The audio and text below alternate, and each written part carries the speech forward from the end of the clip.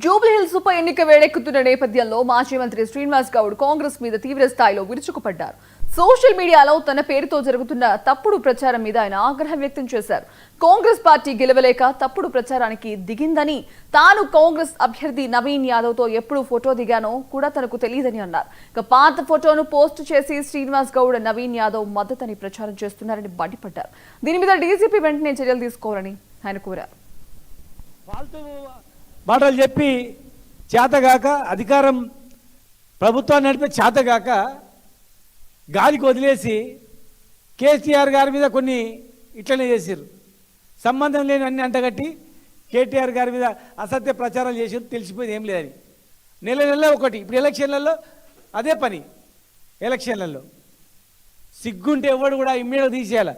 ఎవరిని వదిలిపెట్టాం బిడ్డ. శ్రీనివాస్ గౌడ్ అనే వ్యక్తి ఉద్యమంలో కేసీఆర్ గారు ఎమ్మడున్నాడు.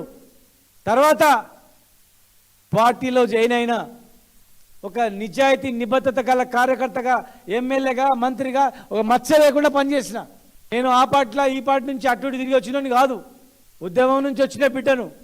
మా నాన్న ఉద్యమకారుడు, తుపాకీ దెబ్బలు తగిలినాయి.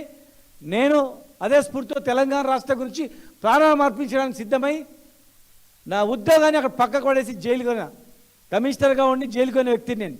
మా క్యారెక్టర్ని దెబ్బతీస్తారా? ఈ ప్రభుత్వంలో మొత్తం ఇదే దందా. సెటిల్